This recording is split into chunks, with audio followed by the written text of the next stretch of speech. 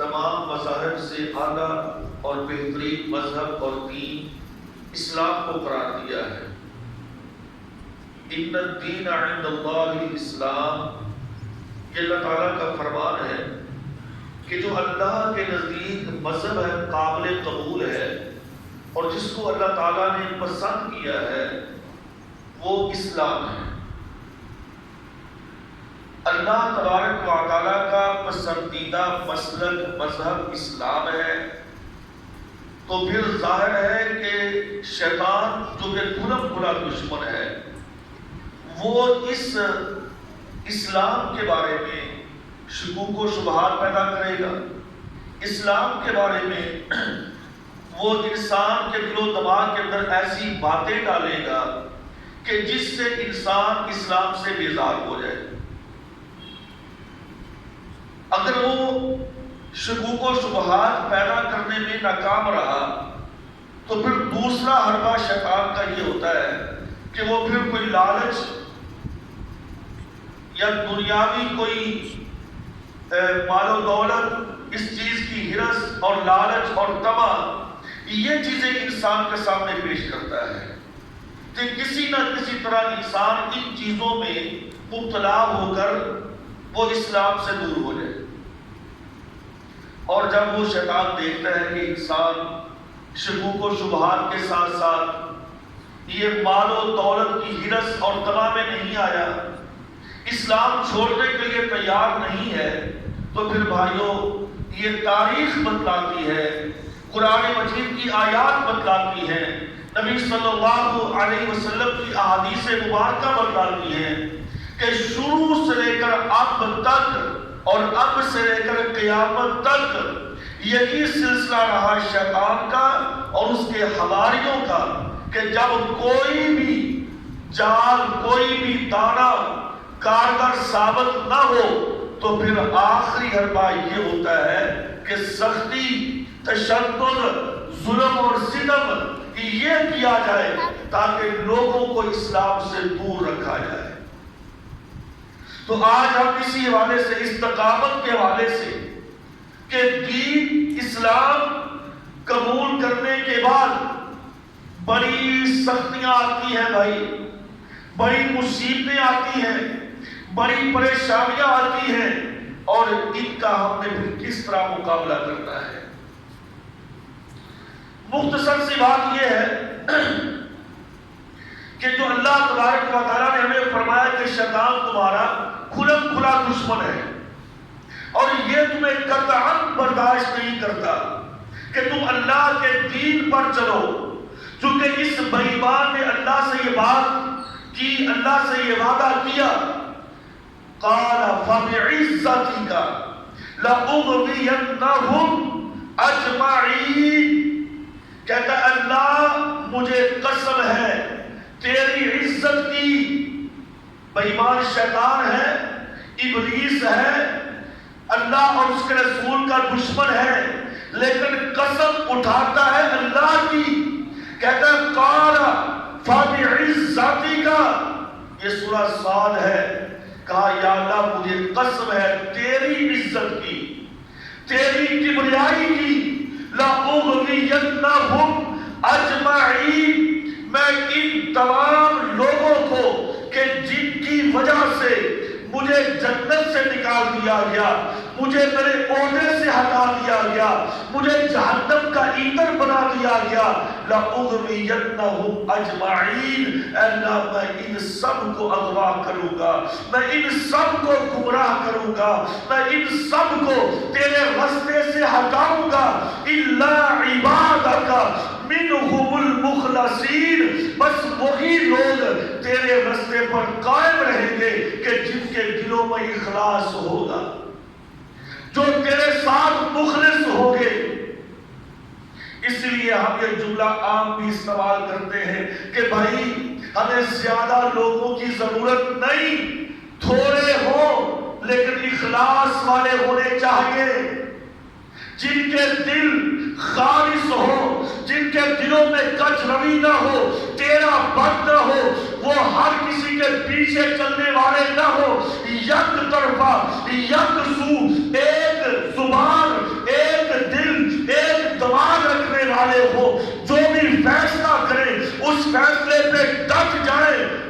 یہاں پہ تو اللہ کے دین کا فیصلہ ہے، تو کہا یا اللہ جو مخلص لوگ ہوں گے وہ تو میرے شکنجے میں نہیں آئیں گے، میرے جال میں نہیں پھنسیں گے، لیکن باقی میں سب کو اغوا کروں گا، گمراہ کروں گا۔ اچھا یہاں پہ شیطان نے لفظ اغوینہم یعنی اغوا استعمال کیا ہے، حالانکہ دوسرے مقامات پہ اللہ تبارک و تعالیٰ نے شیطان کے بارے میں جب بیان کیا اس نے خود کہا لَأُضِلَّنَّهُمْ وَلَأُمَنِّيَنَّهُمْ، یہ 5واں پارہ ہے، کہتا ہے یا اللہ ان کو میں گمراہ کروں گا، ان کو رستے سے بہکاؤں گا، پھسلاؤں گا۔ گمراہ کا معنی ہوتا ہے پھسلانا، یعنی کہ آدمی چل رہا ہے نا رستے پہ، چلتے چلتے اس کو دھکا دے کے نیچے گرا دو، اس کو کہتے ہیں پھسلانا۔ مُزِلَّنَّهُمْ، ان کو پھسلا دیا، ان کو اغوا، ان کو گمراہ کر دیا۔ رستے دو ہیں، یہ سیدھا ہے یہ غلط ہے، آدمی اچھا بنا جا رہا ہے اس کو غلط رستے پہ چلا دیا، یہ ہے گمراہ۔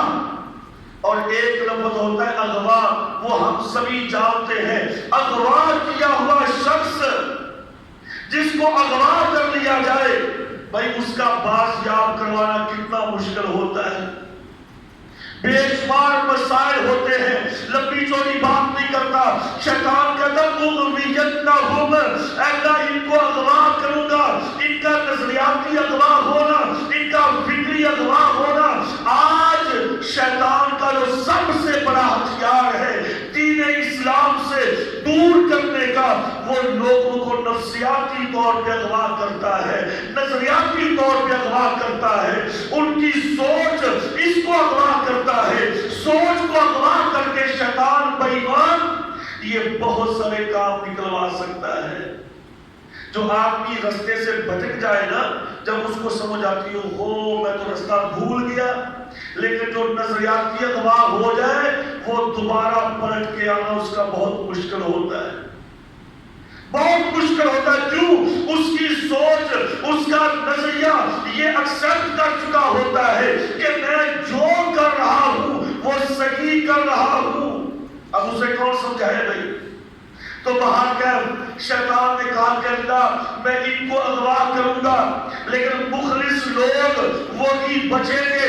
باقی رہا مسئلہ مخلص لوگوں کا، مخلص لوگوں پر شیطان اپنے شکنجے ڈالتا ہے، اپنے جال بچھاتا ہے۔ جیسے میں نے عرض کیا مال و دولت کی ہرس انسان کے سامنے لے کر آتا ہے۔ پیارے نبی صلی اللہ علیہ وسلم نے جب اسلام کا آغاز کیا، آپ نے دعوت کا آغاز کیا، آپ نے مکہ کی گلیوں میں، مکہ کے بازاروں میں لوگوں کو بربلا کہا، یا ایھا الناس قولوا لا الہ الا اللہ تفلحون تملک العرب والعجم، اور لوگوں ایک اللہ کی طرف پلٹ آؤ، یہ لات منات عزا ہبل تمہارے 360 یہ پتھر کے بنائے ہوئے تراشے ہوئے بت یہ کسی کام کے نہیں، آؤ ایک رب کی طرف پلٹ آؤ۔ جب پیارے پیغمبر نے لوگوں کو دعوت دینا شروع کی، لوگوں کو توحید کی طرف بلایا، ہم سبھی جانتے ہیں لوگ آپ کے مخالف ہوئے، پتھر مارے، گالی گلوچ کیا، آپ کو برا بھلا کہا، بے شمار اذیتیں دی۔ آخر ایک دن سارے جمع ہو کے ابو طالب کے پاس آئے، بڑی مشہور بات ہے، میں آگے ذرا چلتا ہوں، اشارہ دے کر کہا ابو طالب اپنے بھتیجے کو کہہ دو کیا چاہیے اسے، ہم بغیر کسی سلیکشن کے، بغیر کسی الیکشن کے، بغیر کسی دھاندلی کے، ہم بالاتفاق اس کو اپنے پورے علاقے کا، اپنے مکے کا سردار ماننے کے لیے تیار ہیں۔ مال و دولت چاہیے، ایک دفعہ اشارہ کرنے کی ضرورت ہے، ہم اس کے گھر کو سونے اور چاندی میں تبدیل کر دیں گے، سارا مال و متا اس کے قدموں میں لا کے ڈھیر کر دیں گے۔ ایک دفعہ حکم تو کریں، کس گھر میں، کس خاندان میں شادی کروانا چاہتے ہیں، ہم جو کہیں گے کرنے کے لیے تیار ہیں، لیکن یہ دعوت کا کام، یہ اللہ کی توحید والی بات، ہمارے بتوں کی نفی، یہ کرنا چھوڑ دیں۔ بات معروف ہے، پیارے پیغمبر صلی اللہ علیہ وسلم جب اپنے گھر میں واپس پلٹے، ابو طالب نے تینوں چیزیں آپ کے سامنے رکھ دی۔ یہ سیرت کی کتابوں کے اندر واقعہ موجود ہے۔ تو پیارے پیغمبر نے کیا کہا کہ چاچا مجھے ان چیزوں کی ضرورت نہیں ہے، اگر دائیں ہاتھ پہ سورج بائیں پہ چاند، یعنی یہ ناممکن ہے، اگر یہ ساری دنیا کی نعمتیں جو ان کی دسترس میں ہیں یہ ساری لا کے مجھے دے دیں، میں پھر بھی اپنی دعوت سے پیچھے ہٹنے والا نہیں، میں استقامت کے اوپر کھڑا ہوں، دین پہ کھڑا ہوں، اپنی دعوت پہ کھڑا ہوں، میں ان بتوں کی نفی کرتا رہوں گا۔ یہی میری دعوت ہے، یہی میرا مشن ہے، یہی میرا منہج ہے۔ جب انہوں نے دیکھا کہ یہ نبی محمد صلی اللہ علیہ وسلم یہ دولت کے پیچھے نہیں آئے، دولت کی وجہ سے اپنے اسلام مذہب کو نہیں چھوڑ پائے، تو انہوں نے پھر دوسرا اور آخری حربہ استعمال کیا۔ کہتے ہیں اس کو نعوذ باللہ قتل کر دیا جائے، اور کسی پہ اتفاق ہوا۔ میں آگے نکلتا ہوں اپنی بات کی طرف۔ جب کسی پہ اتفاق ہوا تو پیارے پیغمبر کو قتل کرنے کے منصوبے بنائے گئے۔ میرے بھائیو، عرض کرنے کا مقصد یہ ہے کہ شیطان کے حوالی، یعنی اس کے دوست، یہود و نصارہ ہو، ہندو مجوسی ہو، کوئی بھی غیر مسلم ہے، وہ مسلمان کو اسلام سے ہٹانے کے لیے دولت کا لالچ دیتا ہے۔ جب مسلمان دولت کے پھندے میں پھنس گیا، اس کا کام بن گیا، جب اس نے دیکھا کہ دولت کے پھندے میں نہیں پھنسا تو پھر ظلم و ستم کی طرف آ جاتے ہیں۔ اب اگر ہم اس بات کو آگے شیئر کریں کہ کتنے لوگ ہیں جو دولت کے پھندے میں پھنسے، انہوں نے اسلام کو چھوڑ دیا، تو بہت لمبی فہرست آپ کو ملے گی، بے شمار لوگ ملیں گے۔ اگر میں یہ بات کہوں کہ اس موجودہ دور کے اندر بھی تقریباً اکثریت بلکہ 99% میں اور آپ دیکھ رہے ہیں کہ مسلمان وہ ہیں کہ جنہوں نے دولت کے نشے میں یا مال و دولت کی ہرس اور تما میں اپنے اسلام کو چھوڑ دیا، مال و دولت کو نہیں چھوڑا۔ ایک بھی آپ کو ہزاروں ایسے لوگ ملیں گے، کیا کوئی سیاستدان ہو، کیا کوئی مذہبی ہو، کیا کوئی بڑا ہو، کیا کوئی چھوٹا ہو، پڑھا لکھا ہو، ان پڑھ ہو، آپ کو بے شمار ملیں گے کہ جنہوں نے دولت کی خاطر اپنے نظریات کو چھوڑ دیا، دولت کی خاطر توحید کو رد کر دیا، دولت کی خاطر اسلام کو برا کہہ دیا، لیکن اپنی دولت کو ہاتھ سے نہ جانے دیا، اسلام پہ الزام لگانا شروع کر دیے۔ ابھی یہ جو پچھلے ہفتوں یہ جو اسلام آباد کے اندر یہ جو سارا کچھ ہوا ہے، یہ دولت کی خاطر ہی ہے نا، کہ چند عورتوں کو ان بدبختوں نے، شیطان کے ایجنٹوں نے خرید لیا، اور مسلمان کا دعویٰ کرنے والے وہ بازاروں میں نکلے اور اسلام کو بونتلے رونق دیا، اور دولت کی خاطر انہوں نے کیا کچھ نہیں کر دیا۔ چلو یہ ایک الگ موضوع ہے، ہم تو استقامت کی بات کرنے والے ہیں میرے بھائیوں۔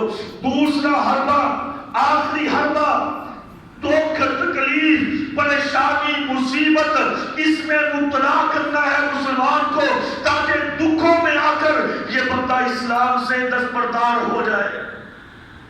اس کی ہمیں قرآن مجید کے اندر، احادیث کے اندر بے شمار مثالیں ملتی ہیں۔ اللہ تبارک و تعالیٰ نے ایسے لوگوں کے بارے میں فرمایا، ان الذین قالوا ربنا اللہ ثم استقاموا تتنزل علیہم الملائکہ الا تخافوا ولا تحزنوا وابشروا بالجنۃ التي کنتم توعدون۔ اللہ نے کہا وہ لوگ جنہوں نے یہ کہا ہمارا رب، ہمارا پروردگار ایک اللہ ہے، ایک عرش والا ہے، ایک پیدا کرنے والا ہے، جو اس بات پہ ڈٹ گئے، ثم ثم استقاموا، جو اس بات پہ ڈٹ گئے، مضبوطی کے ساتھ کھڑے رہے، اللہ فرماتا ہے ان پر میرے فرشتوں کا نزول ہوتا ہے۔ تتنزل علیہم الملائکہ، اللہ کے فرشتے ان کی آ کر حوصلہ افزائی کرتے ہیں، ان کے دل و دماغ کو آ کر قوت پہنچاتے ہیں، تقویت دیتے ہیں کہ اللہ تخافوا ولا تحزنوا، اللہ کے بندو خوف نہیں کھانا، پریشان نہیں ہونا، یہ سارے مل کر یہ شیطان کے حوالی تمہارا کچھ نہیں بگاڑ پائیں گے۔ وَلَا تَحْزَنُوا، اور قیامت کے دن بھی تم پہ کوئی کسی قسم کا بوجھ پریشانی یہ نہیں ہوگی، اور تم نے دنیا کے اوپر اللہ کے فضل و کرم سے قائم رہنا ہے۔ آگے ذرا یہاں پہ دو چار باتیں کرتے ہیں کہ لوگ کیسے کیسے انہوں نے استقامت کو اختیار کیا۔ اللہ فرماتے ہیں لوگوں آؤ تمہیں میں ایک مثال دے کر سمجھاتا ہوں۔ ضرب اللہ مثلا للذین آمنوا امرأۃ فرعون، اللہ نے کہا فرعون کی بیوی آسیہ رضی اللہ تعالی عنہ، جب اس نے اسلام کو قبول کیا، جب وہ مسلمان ہو گئی، میرے بھائیوں اب ذرا اندازہ کیجئے، یہ وہ عورت ہے جس کو خاتون اول کہا جاتا تھا، یہ وہ عورت ہے کہ جس کے پاس دنیا کی ساری نعمتیں موجود ہیں۔ بتلائیے اس عورت کے پاس دنیاوی کون سی نعمت ہوگی جو اس کے پاس موجود نہ ہو؟ فرعون بے ایمان جو کہ 400 سال سے حکومت کر رہا تھا اور جس کا ہر چیز میں حکم چلتا تھا، آرڈر چلتا تھا، جس بے ایمان نے کہا انا ربکم الاعلی، قرآن مجید نے اس کا یہ جملہ اللہ نے بیان کیا قرآن مجید کے اندر، کہتا ہے میں تمہارا بڑا رب ہوں جس کے پاس دنیا کی ساری نعمتیں موجود ہیں، ہیرے جواہرات جو کچھ بھی تھا، لیکن جب اس کو اسلام کی سمجھ آئی تو یہ دولت اس کو نہ روک سکی۔ اللہ نے فرمایا کہ پھر کیا ہوا؟ آمنوا امرأۃ فرعون اذ قالت رب ابن لی عندک بیتا فی الجنہ، اے اللہ اب میں اپنا گھر تیرے پاس چاہتی ہوں کہ میرا گھر جنت میں مجھے مل جائے۔ اور اس فرعون نے اس پہ تشدد کرنا شروع کیا۔ لمبی چوڑی بات نہیں، بس اشارہ کروں گا۔ فرعون نے تشدد کرنا شروع کیا، مارنا پیٹنا شروع کیا، بہت زیادہ مارا اور لالچ بھی دیے اور کہا کہ دیکھ تو میری بیوی ہے، ہم کیسی زندگی بڑی آرام دہ بسر کر رہے ہیں، تجھے بتا تجھے کسی چیز کی ضرورت ہے، کوئی کمی کوتاہی ہے؟ کہتی نہیں، لیکن میں نے اسلام قبول کر لیا ہے، اب میں اس اللہ کو کیسے بھلا دوں؟ میں اپنے نظریے کو سیدھا کر چکی ہوں، میرا رب عرش والا ہے، تو رب نہیں ہو سکتا، تو ایک خامد ہے لیکن رب عرش والا ہے۔ اس نے ظلم کرنا شروع کیے، ایسے ایسے ظلم اللہ فرماتے ہیں وَفِرْعَوْنَ ذِي الْأَوْتَادِ، اللہ نے فرمایا لوگوں تمہیں یاد ہو کہ نہ یاد ہو، یہ فرعون بے ایمان اس کا ایک لقب پڑ گیا کہ میخوں والا، یعنی کیل ٹھوکنے والا، کیل یہ لوہے کے کیل ٹھوکنے والا۔ اس آدمی نے بدبخت نے جب اس کی بیوی نے اسلام قبول کیا تو لوہے کے کیل اس کے جسم کے اندر ٹھوکنے شروع کر دیے، اس کو لٹایا اور ایک آدمی کو کہا یہ ہتھوڑی لے لے، یہ کیل لے اور اس کے جسم میں ٹھوکتے جاؤ اور اس سے پوچھتے جاؤ کہ اسلام کو چھوڑتی ہے یا نہیں۔ اور بھائیو دیوار کے اندر کیل ٹھوکتے ہیں، دیوار کیسے پھٹتی ہے، کیسے آوازیں نکلتی ہیں۔ اگر کیل ٹھوکتے ہوئے کبھی غلطی کے ساتھ انگوٹھے پہ انگلی پہ ہتھوڑی لگ جائے تو کیا تکلیف ہوتی ہے، یہ اسی سے پوچھئے۔ اور جس کے جسم کے اندر کیل ٹھوکے جائے اس کا کیا منظر ہوگا؟ اللہ اکبر کبیرہ۔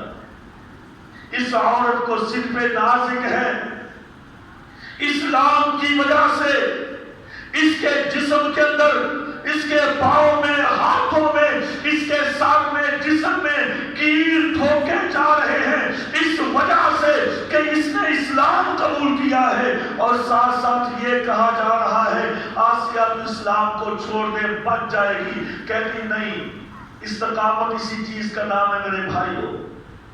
استقامت کو اختیار کیا. اللہ کہتا ہے ایسے لوگوں پر پھر میرے فرشتے آ کر اس کو حوصلہ دیتے ہیں.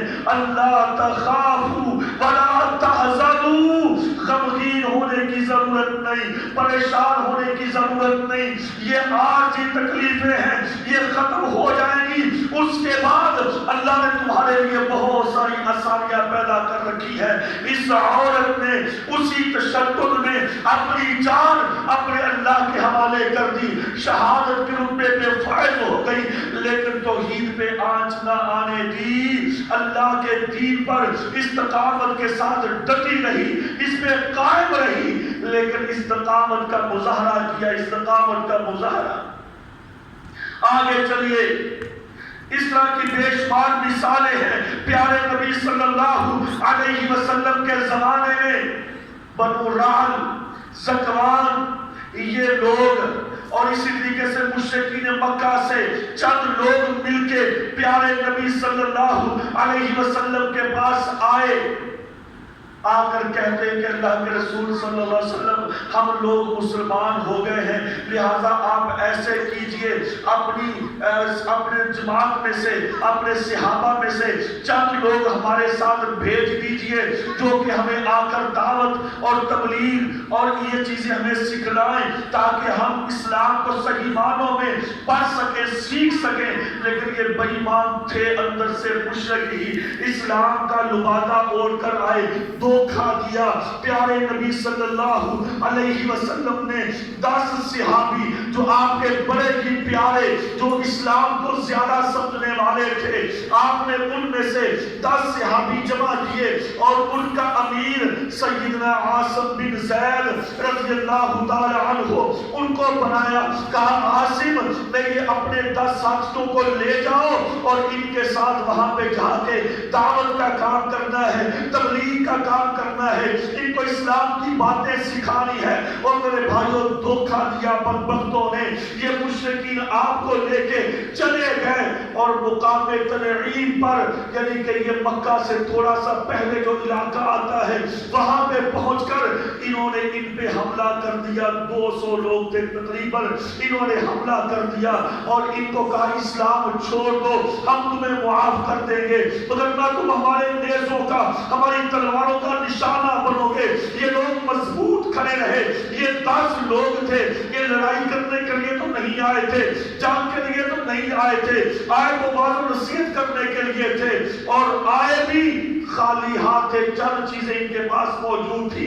ان بدبختوں نے حملہ کیا اور یہ لڑتے لڑتے ان میں سے 7 صحابی شہید ہو گئے. سیدنا عاصم بن زید رضی اللہ عنہ وہ بھی شہید ہو گئے. اب 3 کو باقی بچا لیا. ان کو کہا تمہیں امان دیتے ہیں، آ جاؤ ہم تمہیں تمہارے مدینہ میں واپس لوٹا دیں گے. جب نیچے اترے پہاڑی سے، ان میں سے عبداللہ بن ایک اور تھے صحابی، غالب عبداللہ بن مغفل تھے، ان کو بھی شہید کر دیا. باقی 2 صحابی رہ گئے. ان میں سے ایک خبیب تھے رضی اللہ تعالی عنہ، دوسرے کو بھی شہید کر دیا. اس خبیب کو لایا گیا، پکڑا گیا اور مکہ میں لا کے اس کو فروخت کر دیا. اور چونکہ انصاری صحابی تھے، یہ مکہ کے نہیں تھے، مہاجر نہیں تھے، مکہ کی گلیوں بازاروں کو نہیں پہچانتے تھے، اور اس کو حارث کے بیٹوں نے خرید لیا کیونکہ وہ بے ایمان تھا کہ جس کو جنگ بدر میں سیدنا خبیب رضی اللہ عنہ نے قتل کیا تھا، اس کے بیٹوں نے خرید لیا، اپنے گھر میں لے جا کے اس کو باندھ دیا، اس کو قیدی بنا لیا، اس کو اذیتیں دینے لگے، تکلیفیں پہنچانے لگے اور بے شمار طرح سے اس کو مظالم کا سامنا کرنا پڑا. کہتے ہیں خبیب اگر تو اپنی جان بچانا چاہتا ہے ایک موقع ہے کہ تو اسلام سے روگردانی کر لے, اسلام کو چھوڑ دے, ہمارے مذہب میں پلٹ آ, دوبارہ پھر اسلام کو چھوڑ کر اسی کفر میں پلٹ آ تو ہم تجھے معاف کر دیں گے, چھوڑ دیں گے, تجھے گھر پہنچا دیں گے. خبیب کہتے ہیں یہ کام تو نہیں ہو سکتا. باہر کا قصہ مختصر, ان کو انہوں نے باندھ کے اپنے گھر میں رکھ دیا. حارث کی بیٹی زینب جو کہ بعد میں جا کے مسلمان ہوئی رضی اللہ تعالی عنہ فرماتی میں نے دیکھا اس مرد جری کو, اس ایسے عظیم انسان کو کہ جب اس کو میرے گھر کے اندر ایک کوٹلی میں باندھا ہوا تھا, ہم اسے کھانے پینے کے لیے کچھ نہیں دے رہے تھے, تو کہتی میں نے کئی دفعہ دیکھا, اب مجھے احساس ہو رہا ہے, میں نے کئی دفعہ دیکھا کہ خبیب کے ہاتھوں میں انگور ہوتے تھے, خبیب کے ہاتھوں میں انار ہوتے تھے اور وہ کھا رہے ہوتے تھے, اور میں دیکھ کے حیران ہوتی تھی کہ دروازہ بند ہے, اندر آ کوئی نہیں سکتا, تو اس کو اس کے فروٹ کس نے پہنچا دیے. کہتی اب مجھے پتا چلا کہ اللہ کا وعدہ ہے اللہ تخافوا ولا تحزنوا, جو اللہ کے لیے اپنے دین پر ڈٹ جاتا ہے اللہ اس کے لیے رستے بھی بناتا ہے, اللہ اس کے لیے آسانیاں بھی پیدا کرتا ہے, اللہ اسے پھر کبھی تنہا نہیں چھوڑتا. تو خبیب رضی اللہ تعالی عنہ اکثر کہتی میں دیکھا کرتی تھی کہ یہ انگور اور انار کھا رہے ہوتے تھے. آخر ایک دن ان کو وہاں سے نکالا, تقریباً 3-4 مہینے کے بعد ان کو قید سے نکالا اور پورے مکے میں اعلان کر دیا کہ آج خبیب رضی اللہ عنہ جس نے حارث کو قتل کیا تھا, عقبہ کو قتل کیا تھا, آج اس کا بیٹا حارث خبیب کو لے کے آ رہا ہے اور مقام تنعیم پر آج اس کو سولی پہ چڑھایا جائے گا, اس کو لٹکا دیا جائے گا. کیوں؟ یہ مسلمان ہے اور ہم دین ابراہیم پر اپنے آپ کو کہتے تھے کہ ہم دین ابراہیم پر ہیں بے ایمان. آج اس کو سولی چڑھایا جائے گا. بات کرنے لگا ہوں جب خبیب رضی اللہ عنہ کو اس میدان میں لایا گیا تو خبیب کہتے ہیں لوگوں میں جانتا ہوں میرا انجام یہ سامنے سولی ہے, مجھے لٹکا دیا جائے گا, مجھے شہید کر دیا جائے گا, لیکن مجھے 2 رکعت نماز پڑھنے کی اجازت دیجیے. 2 رکعت نماز پڑھی اور جلدی جلدی نماز پڑھی اور بعد میں کہا کہ میں جانتا تھا کہ جو لذت نماز میں ہے کسی اور میں نہیں, میں اس کو لمبا کرنا چاہتا تھا, لیکن اس کو میں نے جلدی اس لیے پڑھا کہیں تمہارے ذہنوں کے اندر یہ بات نہ آ جائے کہ خبیب نے نماز کو لمبا کر دیا ہے موت سے بچنے کے لیے. کہا موت سے نہیں ڈرتا, یہ موت تو آ کر رہے گی, لیکن میں تو اپنے رب سے ہم کلام ہونا چاہتا تھا, تم نے مجھے تھوڑا موقع دیا ہے. لے جا کے جب لٹا دیا سولی پہ چڑھا دیا, ایک حارث کا بیٹا بولا, کہتا ہے خبیب آج بھی موقع ہے, اگر تو کہے تو ہم تجھے چھوڑ دیتے ہیں, لیکن ایک شرط پہ کہ اتنے لفظ کہہ دے کہ میں نے اسلام قبول کر کے غلطی کی ہے, میں نے اسلام قبول نہیں کرنا چاہیے تھا, میں نے غلطی کی ہے, اور آج میری جگہ پر محمد ہوتے صلی اللہ علیہ وسلم بس یہ جملے بول دے ہم تجھے رہا کر دیں گے, اپنے بچوں کے پاس چلا جائے گا, اپنے گھر والوں کے پاس چلا جائے گا.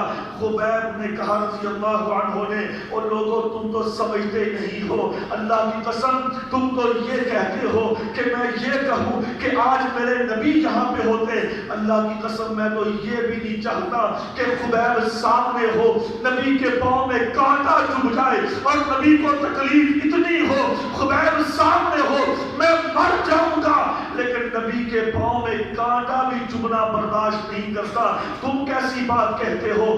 آخر کار کہا کہ تیرا کوئی پیغام, کہا تجھے پیغام نہیں دینا چاہتا, اللہ بلغہ الشاہدہ الی النبی صلی اللہ علیہ وسلم, اللہ میں تجھ سے التجا کرتا ہوں کہ ہمارا اس سارا معاملہ جو بھی بنا ہے یا اللہ اس کی خبر اپنے نبی کو پہنچا دینا۔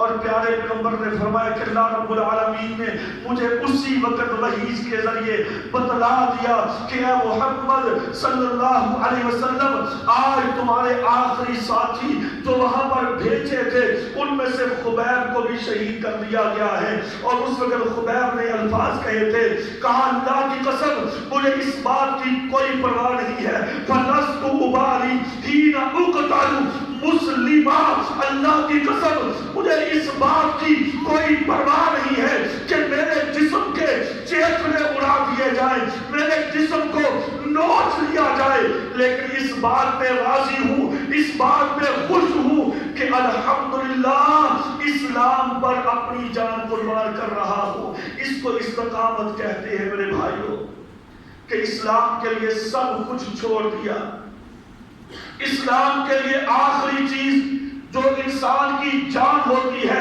اس کو بھی قربان کر دیا۔ یہ ہے اسلام کے پاسدار لوگ، یہ ہے اسلام کے پاسبان لوگ، یہ ہے اسلام کے سپاہی، یہ ہے اسلام کے سپاہی کہ جنہوں نے اپنی جانیں، اپنے تن من قربان کر کے اسلام کو ہمارے تک پہنچایا اور یوں استقامت کے پہاڑ بن کے رہے۔ اللہ نے فرمایا کہ اولئک اصحاب الجنہ، لوگوں یہی جنت والے ہیں۔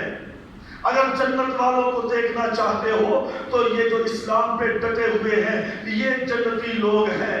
اس سے تھوڑا سا آگے چلتے ہیں، سیدنا عمر بن خطاب رضی اللہ تعالی عنہ کا دور ہے اور روم کے ساتھ، عیسائیوں کے ساتھ مسلمانوں کی جنگ ہے، اور اس جنگ کے اندر تقریباً 80 کے قریب مسلمانوں کو ان بے ایمان رومیوں نے گرفتار کر لیا۔ ان میں سے ایک بڑے وجیح، بڑے جاہ و جلالت کے مالک، بڑے خوبصورت اور بہترین جوان بہادر کلیل سیدنا حذیفہ، عبداللہ بن حذیفہ سہمی رضی اللہ تعالی عنہ، ان کو بھی گرفتار کر لیا گیا۔ یہ بے ایمان رومی عیسائی آج بھی دیکھ لیں، ان کی پرانی تاریخ ہے۔ اصحاب کہف جو واقعہ بڑا معروف ہے وہ بھی اسی علاقے کا ہے۔ اس کے بعد اصحاب الخدود کہ جن کا اللہ نے قرآن مجید میں ذکر کیا ہے کہ ایک دو لوگ نہیں، اصحاب الخدود النار ذات الوقود اذ هم عليها قعود وهم على ما يفعلون بالمؤمنين شهود فما نقموا منهم الا ان يؤمنوا۔ اللہ نے فرمایا ایک نہیں ہزاروں مسلمانوں کو آگ کی کھندق بنا کر اس میں پھینک دیا گیا تھا، آگ کی کھندق بنا کر اسلام کے لیے۔ آج بھی دیکھ لو یہ جتنی بھی آگ لگی ہمیں مختلف ممالک میں نظر آ رہی ہے، اس کے پیچھے، ان کے پیچھے جائیے دیکھیے، اللہ کی قسم یہی عیسائیوں کے ٹھیک ٹینک، یہ بڑے بڑے عیسائی بے ایمان یہی وہ ساری آگ پوری دنیا میں پھیلا رہے ہیں۔ یہ اراکان ہو، یہ برما ہو، یہ صومالیہ ہے، یہ شام ہے، یا افغانستان ہے، یا عراق ہے، یا دیگر دوسرے ممالک ہیں، ان کے پیچھے ان کی بیک میں آپ کو ملیں گے یہ بے ایمان امریکی ملیں گے، عیسائی یہودی ملیں گے۔ ٹھیک ہے میرے بھائیو، ہندو ہمارا اصلی دشمن ہے، اور یہ دشمن بے ایمان ہماری ریاست کا، ہمارے ملک کا، ہمارے نظریے کا۔ اس کے علاوہ کئی ہمارے دشمن دنیا کے اندر موجود ہیں، لیکن ان سارے دشمنوں سے زیادہ پلاننگ اور پاورفل اور اپنے لوگوں کو ہمارے اندر گھسیٹنے والے اور اپنے فیصلے صادر کروانے والے، ہم سے زبردستی آمین کہلوانے والے وہ بے ایمان عیسائی ہیں، اور ان کا مرکز اس وقت بھی روم تھا، آج بھی ان کا مرکز روم یعنی اٹلی ہے۔ آج بھی دیکھ لیں ان کا بڑا پو کہاں بیٹھتا، اٹلی میں۔ اور پھر یہ فرانس اور ڈنمارک، یہ سارے ساتھ جتنے بھی ملتے جلتے ممالک ہیں، یہ آج سارے اسلام کے دشمن کیوں ہیں؟ ان کے پیچھے ایک بڑی نظریاتی جنگ ہے۔ بات میں عرض کرنا چاہتا ہوں، یہ اصحاب الاخدود یہ بھی اسی علاقے کا واقعہ ہے۔ اللہ نے کہا ایک نہیں، ہزاروں مسلمانوں کو بڑی بڑی کھندقیں کھود کھود کر، جس میں آگ جلا کر اس میں بچوں کو، عورتوں کو، بوڑھوں کو، نوجوانوں کو اس آگ میں پھینک کے زندہ جلا دیا تھا ان بے ایمان عیسائیوں نے۔ اللہ اکبر کبیرہ، لیکن وہ لوگ استقامت پہ قائم رہے۔ وما نقموا منهم الا ان يؤمنوا، ان کا جرم، ان سے انتقام کس بات کا؟ الا ان يؤمنوا، کہ انہوں نے یہ کہا تھا ہمارا رب ایک اللہ ہے، بس ہم تثلیث کے قائل نہیں، ہم دوسروں تیسروں کے قائل نہیں، ہم ایک اللہ کو ماننے والے ہیں۔ اور یہی چیز آج بھی دیکھ لیں کہ جتنی بھی شرارتیں اگلتے ہیں اور یہ شرارتیں نکلتی ہیں، ابھی اس میں دیکھا نا آپ نے، یہ عورتوں والے مارچ میں فرانس کے جھنڈوں کو لہرایا گیا، ابھی بھی کوئی شک ہے؟ اور بھائیوں آج میں یہ بات دانے سے کہتا ہوں، 57-58 اسلامی ممالک میں سے سب سے زیادہ ان کا فوکس ہمارے پاکستان پر کیوں؟ اس لیے کہ اللہ نے اس کو اسلام کا قلعہ بنایا، لیکن ایسے یہاں پہ بدبخت ہمارے سروں پہ کوئی مسلط ہو گیا، کوئی پیچھے داؤں میں بیٹھا ہوا ہے، کوئی کس انداز میں ہے، ہر طرف سے پہلے بھی آئے، اس وقت موجودہ بھی سب کی بات کرتا ہوں، الا ماشاءاللہ چند لوگ جو اس ملک کی خاطر صحیح ہے، باقی سب، میں کھل کے سیدھی بات کروں، کچھ سیاسی بات میں نہیں کر رہا، نہ میں کسی سیاسی جماعت کی کوئی میں طرفداری کرتا ہوں، میں ایک جنرلی بات کرتا ہوں۔ آپ کے سامنے ہے کہ اس ملک کو شروع سے 1947 سے آج تک برداشت نہیں کیا گیا، سارے کافروں کی نظریں اسی ہمارے ملک پر لگی ہوئی ہیں، اور پھر جب سے ایٹم بم بن گیا پھر تو اور ان کی نظروں کے اندر وہ نشہ آ گیا، اور مارنے ترنے پر، مارنے مرنے پر ان کی نظریں دھل گئی کہ اب ان کو کسی نہ کسی طریقے سے ختم کر دیا جائے۔ اور اس ملک کو توڑنے کے لیے کیوں بھلا؟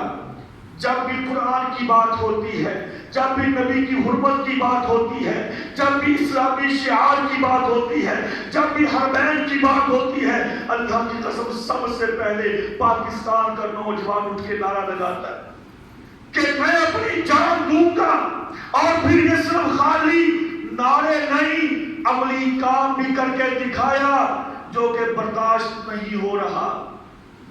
تو اسی لیے میں یہ بات کہتا ہوں کہ کافروں کی مسلمانوں پر نظریں، اور پھر مسلمانوں میں سے بالخصوص ہمارے ملک پر ہمیں آپس میں لڑا کے، آپس میں ایک دوسرے کے ساتھ دستوں گریبان کروا کے، آپس میں ہمیں ایک دوسرے کے ساتھ خلافت، ایک دوسرے کے خلاف کر کے اپنا وہ کام نکال رہے۔ تو بہرکیف استقامت، اللہ نے کہا کہ ان یہود عیسائیوں نے ہزاروں کی تعداد میں مسلمانوں کو یہاں پہ آگ میں زندہ جلا دیا، اور اسی علاقے کے اندر جب روم کے عیسائیوں نے اس مسلمانوں کے چھوٹے سے گروہ کو گرفتار کر لیا، جن میں سیدنا عبداللہ بن حذافہ رضی اللہ عنہ بھی موجود ہیں، اور بڑے وجیح جلالت والے اور خوبصورت کریل جوان تھے۔ بادشاہ کہتا ہے اس کو میرے قریب لے کے آؤ، لایا گیا، کیا نام ہے تیرا؟ فرمانے لگے عبداللہ بن حذافہ، سہمی قبیلے سے تعلق ہے، کیا چاہتا ہے؟ کہا اسلام کا بول بالا، کس لیے لڑتے ہو؟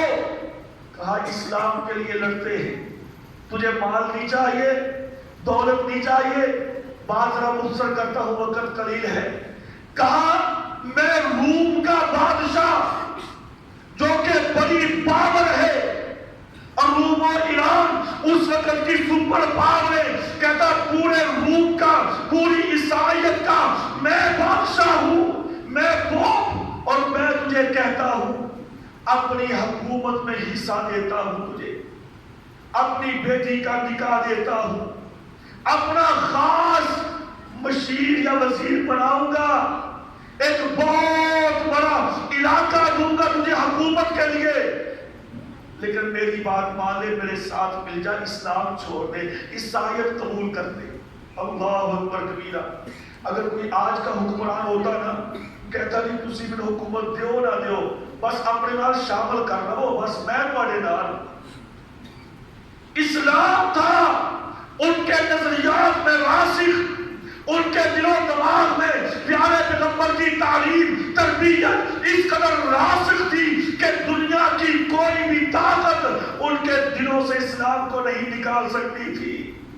اللہ اکبر کبیرہ۔ کہا نہیں مانتا، قید کر دو، قید کر دیا گیا۔ کل پوچھا، پرسوں پوچھا، پھر پوچھا، کہا نہیں مانتا تیری پیشکش کو، اسلام قبول کیا ہے، سب کچھ چھوڑ دیا ہے، کیسے مانوں میں اس مذہب عیسائیت کو؟ میں نے اللہ کے ساتھ اپنا تعلق قائم کر لیا ہے۔ کہا اچھا نہیں مانے گا، اس کو پکڑو، اس کو لٹکا دو، سامنے لٹکا دیا۔ کہا مارنا نہیں، لیکن اسے تیر ضرور مارنے ہیں، اس کے بازوؤں پہ تیر مارو، اس کی ٹانگوں پہ تیر مارو، لیکن جان سے نہیں مارنا، شاید یہ پلٹ آئے۔ ایسے ہی کیا گیا۔ عبداللہ بن حذافہ کہتے ہیں یہ تو کچھ بھی نہیں ہے، تکلیفیں دو، جو مرضی کرو، اسلام کیسے چھوڑ سکتا ہوں میں؟ انہوں نے کہا ایسے نہیں مانے گا۔ ہاں جی، ایک تیل تانبے کی گرم کی گئی، ایک صحابی کو، قیدی کو پکڑا، اس کے سامنے اس میں پھینک دیا، وہ دیکھتے ہی دیکھتے کوئلہ بن گیا۔ کہا ہاں اب مانتا ہے اس آیت کو یا نہیں مانے گا؟ اگر نہیں مانے گا، یہ پرانی روٹین ہے، میں نے پچھلے خطبے کے اندر بھی یہ بیان کیا تھا، یہ ان کی پرانی روٹین ہے کہ تیل گرم کر کے اس میں مسلمانوں کو زندہ جلانا۔ کہا ایک اور صحابی کو پکڑ کے پھینک دو۔ کہا دیکھ لے، ایک ایک کر کے سب کو جلا دیا جائے گا، تجھے بھی زندہ جلا دیا جائے گا، اسلام چھوڑ دے، تجھے اپنی حکومت کا نمائندہ بناؤں گا، اپنی سلطنت میں سے حصہ دوں گا۔ عبداللہ بن حذیفہ نہیں مانے، اس نے کہا اس کو چھوڑ دو، میں اس کا بعد میں امتحان لیتا ہوں۔ پھر سمجھایا، بات لمبی ہے، بار بار کہتے رہے، کہا نہیں، کہتا اچھا ایک بات، جب تو نہیں مان رہا تو ایک شرط ہے کہ تو اپنے نبی کو برا کہہ اور ہماری تعریف کر، اس تصریح کے سلیم کو بوسہ دے، میں تجھے چھوڑ دیتا ہوں۔ عبداللہ بن حذافہ کہتے ہیں رضی اللہ عنہ، ارے بدبخت عیسائی بادشاہ، انہی چیزوں کو تو چھوڑا ہم نے، انہی سے تو ہم دور ہوئے ہیں، جنت کے حصول کے لیے ہم نے سارے مذہب چھوڑ دیے، ہم نے مال و دولت چھوڑ دیا، تو کیسی مجھے دعوت دے رہا ہے؟ جان لے جا، یہ کام نہیں ہوگا۔ ہاں، اس نے کہا ایک اور شرط ہے، میں تیرے سارے ساتھیوں کو بھی چھوڑ